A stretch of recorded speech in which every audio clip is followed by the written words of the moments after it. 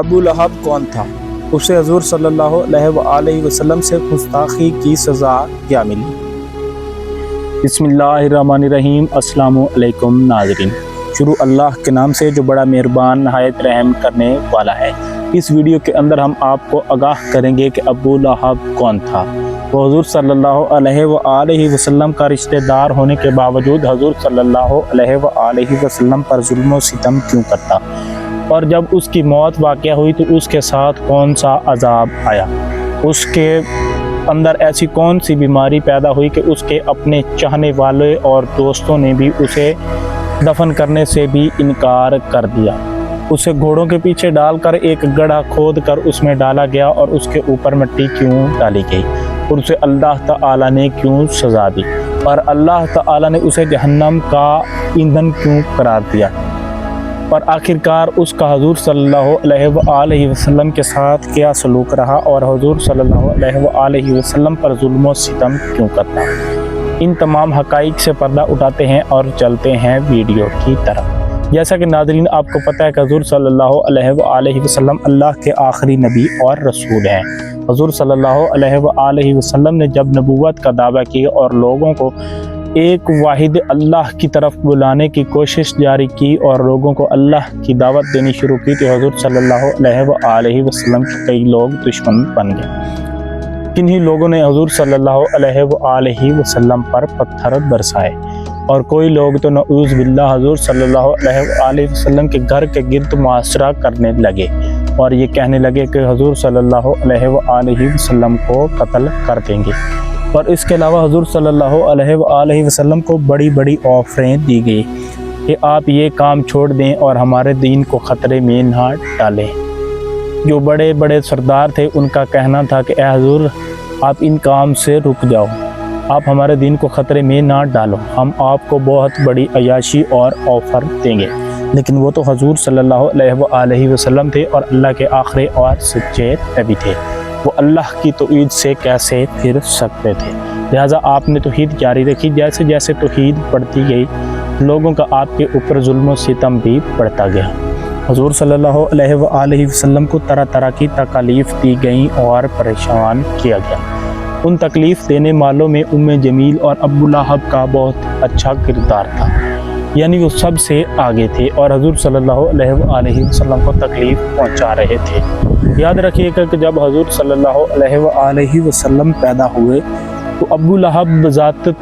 رشتے کے طور پر تو آپ کے چچا تھے۔ اس کو بڑی خوشی ہوئی اور اس نے خیرات اور صدقہ دیا اور خوشی کی کہ میرا بھتیجا پیدا ہوا ہے، لیکن یہ خوشی زیادہ دیر تک نہ ٹک سکی۔ جب حضور صلی اللہ علیہ وسلم نے اللہ کی وحدانیت کا پیغام شروع کیا تو وہ آپ کا دشمن بن گیا۔ وہ دن رات اسی کوشش میں رہتا کہ نعوذ باللہ حضور کو تکلیف پہنچائی جائے، اور محمد صلی اللہ علیہ وسلم کو ہر ممکن کوشش کی جائے کہ کسی نہ کسی طرح سے تکلیف پہنچائی جائے۔ تو وہ اس طرح کرتا کہ رات بھر جاگتا رہتا اور حضور صلی اللہ علیہ وسلم کے راستے میں کانٹے بچھاتا، کبھی کبھی گڑھا کھود دیتا اور رات کو وہ کانٹے بچھا کر واپس چلا جاتا تاکہ حضور صلی اللہ علیہ وسلم مسجد نبوی میں نماز پڑھنے کے لیے جائیں گے تو ان کے پاؤں نعوذ باللہ زخمی ہو جائیں گے۔ اور اس کے علاوہ وہ جہاں پر بھی حضور صلی اللہ علیہ وسلم تبلیغ کی دعوت دیتے تو ام جمیل وہاں پر پہنچ جاتی، جو کہ ابو لہب کی بیوی تھی، اور لوگوں کو بتاتی کہ یہ تو جادوگر ہے، یہ اللہ کا سچا نبی نہیں ہے، اس کے پیچھے اپنا دین خراب نہ کرو اور اس کے پیچھے نہ پڑھو۔ نعوذ باللہ یہ سارے کام آپ کی بیوی کے تھے۔ اس کے بعد حضور صلی اللہ علیہ وسلم پر طرح طرح کے ظلم ہوتے رہے، یہاں تک کہ ایک دفعہ حضور صلی اللہ علیہ وسلم بیمار ہوئے تو اس کی بیوی وہاں پر جا پہنچی اور یہ کہا کہ آپ کے خدا نے آپ کو چھوڑ دیا ہے۔ تو اللہ نے قرآن میں فرمایا، جس کا مفہوم کچھ یوں ہے کہ اے حضور صلی اللہ علیہ وسلم ہم نے آپ کو چھوڑا نہیں ہے اور نہ ہی آپ کے ساتھ ناراض۔ جب وادی طائف کے موقع پر حضور صلی اللہ علیہ وسلم نے اللہ کی وحدانیت کا پیغام سنایا تو یہی ابو لہب تھا جس نے کہا کہ اے حضور آپ نے ہمیں اسی لیے بلایا تھا، اور ناراض ہو کر واپس چلا گیا۔ جب اللہ تعالیٰ کے نبی کے اوپر ابو لہب کے ظلم و ستم نہ رکے تو اللہ تعالیٰ نے تبت یدا ابی لہب فتب والی صورت نازل فرمائی، جس میں القرآن مجید میں لہب کے فنا اور برباد ہونے کا ذکر کیا گیا، اور اللہ تعالی نے یہ واضح طور پر اعلان کر دیا کہ لہب کبھی بھی اسلام قبول نہیں کرے گا، کیونکہ قرآن مجید کے اندر اس کی ہلاکت کا اشارہ ہو گیا تھا، تو اب یہی مطلب تھا کہ اس میں لازمی ہلاک ہونا ہے، تو یہ ہلاکت کی طرف جانے لگا۔ بعض روایات میں کہا جاتا ہے کہ ابو لہب کے دل پر اللہ تعالی نے تالا لگا دیا تھا، اللہ تعالی نے اس کے دل پر تالا لگا دیا تھا، اس لیے وہ اسلام قبول نہیں کر سکا تھا، اور اللہ تعالی نے واضح طور پر اپنے حضور اور تمام مسلمانوں کو بتا دیا تھا کہ ابو لہب کبھی بھی اسلام قبول نہیں کرے گا اور نہ ہی اسلام کی طرف آئے گا، لہٰذا وہ اسلام کی طرف نہیں آیا۔ آخری وقت تک وہ حضور صلی اللہ علیہ وسلم پر ظلم و ستم کرتا رہا۔ بعض روایات میں آتا ہے کہ اگر ابو لہب ظاہری طور پر بھی اسلام قبول کر لیتا اور منافقوں کا لبادہ اوڑھ لیتا تو قرآن کی یہ جو صورت نازل ہوئی تھی اسے کافی نقصان ہوتا، لیکن اللہ تعالیٰ کا حکم تھا اور اللہ تعالیٰ کا قرآن کبھی جھوٹا ثابت نہیں ہو سکتا، اور اللہ تعالیٰ نے قرآن کی حفاظت کی ذمہ داری لی ہے، لہٰذا اسے اللہ تعالیٰ نے اتنی مہلت ہی نہیں دی کہ وہ اسلام قبول کرتا اور ظاہری طور پر بھی منافقت کا لبادہ اوڑھ کر مسلمان بنتا، کیونکہ اللہ تعالیٰ کا واضح حکم تھا اور قرآن مجید سچا تھا، جس کی وجہ سے قرآن مجید سچا ثابت ہوا۔ ابو لہب آخر مرنے تک حضور صلی اللہ علیہ وسلم کی دشمنی کرتا رہا اور دین اسلام کی دشمنی کرتا رہا۔ یہ تو تھا ابو لہب۔ اب ہم آپ کو بتاتے ہیں اس کے ایک بیٹے کی کہانی۔ آپ کو یہ بتاتے ہیں کہ ابو لہب کے دو بیٹوں کی بیویاں حضور صلی اللہ علیہ وآلہ وسلم کی پاکیزہ بیٹیاں تھیں۔ تو جب ابو لہب حضور صلی اللہ علیہ وسلم کے خلا دشمنی پر اتر آیا تو اس نے اپنے بیٹوں کو مجبور بھی کیا کہ حضور صلی اللہ علیہ وآلہ وسلم کی بیٹیوں کو طلاق دے دو، لہٰذا وہ اپنے باپ کے پریشر میں آ کر انہوں نے حضور صلی اللہ علیہ وسلم کی بیٹیوں کو طلاق دے دی۔ حضور صلی اللہ علیہ وسلم اس بات سے بھی پریشان اور غمزدہ نہیں ہوئے، یعنی اپنے دین اسلام سے پیچھے نہیں ہٹے، دین اسلام کے لیے بہت ساری قربانیاں دی، یہاں تک کہ اپنی بیٹیوں کے لیے بھی یہ قربانی اسلام کی خاطر دے دی۔ اس کے بعد ان دونوں بیٹیوں کا نکاح حضرت عثمان رضی اللہ تعالی عنہ سے ہوا، اس لیے حضرت عثمان رضی اللہ تعالی عنہ کو ذوالنورین بھی کہا جاتا ہے، جو کہ حضور صلی اللہ علیہ وسلم کی دو بیٹیاں ان کے گھر تھی، اس کی وجہ سے ان کو ذوالنورین کا لقب ملا۔ تو اس کے بعد ایک دفعہ حضور صلی اللہ علیہ وسلم کی خدمت میں ابو لہب کا بے ایمان بیٹا ظاہر ہوا اور حضور صلی اللہ علیہ وسلم کے پاس پہنچ کر حضور صلی اللہ علیہ وسلم سے بدتمیزی کرنے لگا اور آگے بڑھنے لگا، یہاں تک کہ صرف 2 میٹر کے فاصلے پر رہ گیا ہوگا تو اس نے نعوذ باللہ حضور صلی اللہ علیہ وسلم کی طرف منہ کر کے تھوکا تاکہ حضور صلی اللہ علیہ وسلم کے چہرے پر تھوک جا سکے، لیکن بے ایمان کا یہ حرام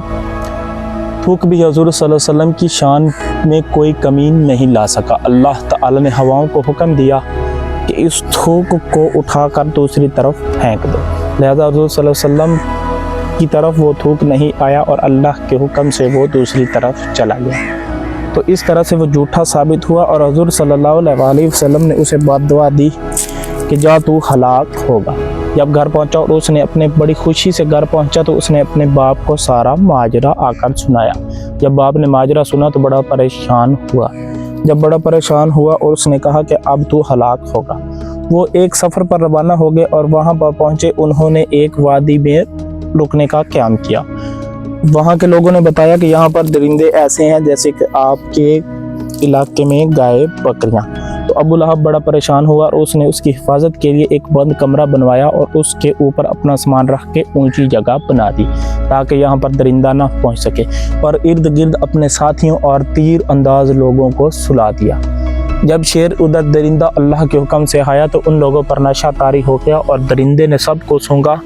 تو ان کو کوئی بھی نقصان نہیں پہنچایا۔ وہ اس سامان کے اوپر چڑھا اور ابو لہب کے بیٹے کو چیر پھاڑ دیا، جس سے حضور صلی اللہ علیہ وآلہ وسلم کا کہنا سچ ثابت ہوا اور قرآن کا کہنا بھی سچ ثابت ہوا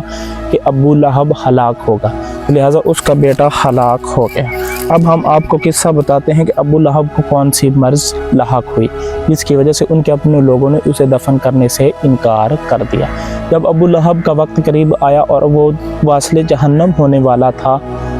تو اللہ تعالیٰ کے حکم سے وہ طاعون کے مرض میں مبتلا ہو گیا، جب تو اونچے مرض میں مبتلا ہوا، کیونکہ وہ وائرل بیماری تھی اور ہر ایک کو پریشانی تھی کہ ہمیں لاحق نہ ہو جائے، لہذا ان کے سردار اس کے قریب بھی نہیں آنے لگے۔ جب اس کی موت ہوئی تو اس کی لاش 3 دن تک گھر میں گلتی سڑتی رہی، کوئی بھی اس کے قریب نہیں آیا۔ آخر مکے کے کافروں نے کچھ لوگوں کو تنخواہ کے اوپر رکھا اور ان کو ہائر کر کے یہ حکم دیا کہ اس کی لاش کو لکڑیوں سے اٹھا کر ایک گڑھا کھود کر اس میں پھینک دو۔ لہذا انہوں نے ایسا ہی کیا، لکڑیوں کے ذریعے انہوں نے ایک گدھا کھود کر وہاں پر دفن کر دیا اور اس کے اوپر پتھر ڈال دیے۔ لہذا قرآن کی پیشگوئی سچ ثابت ہوئی اور ابو لہب ہلاک ہو گیا اور اس کا بڑا ہی برا انجام ہوا۔ ناظرین، تو ہمیں سبق یہ ملتا ہے کہ ہمیں اللہ تعالیٰ کی پناہ مانگنی چاہیے اور اللہ تعالیٰ کے ایمان کی طرف کوئی بھی گستاخی نہیں کرنی چاہیے۔ جو بھی اللہ تعالیٰ اور اس کے حضور کے خلاف ہوتا ہے، اللہ تعالیٰ اسے ہلاک فرماتا ہے، وہ کبھی بھی بچ نہیں سکتا، اسلام کی وجہ سے اس کی ہلاکت پکی ہو جاتی ہے۔ ہمیں یہ سبق ملتا ہے کہ جو بھی اسلام کا دشمن ہوتا ہے وہ اس نے ہلاک لازمی ہونا ہے اور وہ ہلاک ہو کر ہی رہتا ہے، جس طرح کے ابو لہب۔ ہمیں اس کہانی سے سبق اندوز ہونا چاہیے اور اسلام کی سپورٹ کرنی چاہیے اور اسلام کو پھیلانے کی کوشش کرنی چاہیے۔ کسی علماء کرام اور کسی طالب علم اور آف دا علماء دین اور اسلام کی طنز کا نشانہ نہیں بنانا چاہیے،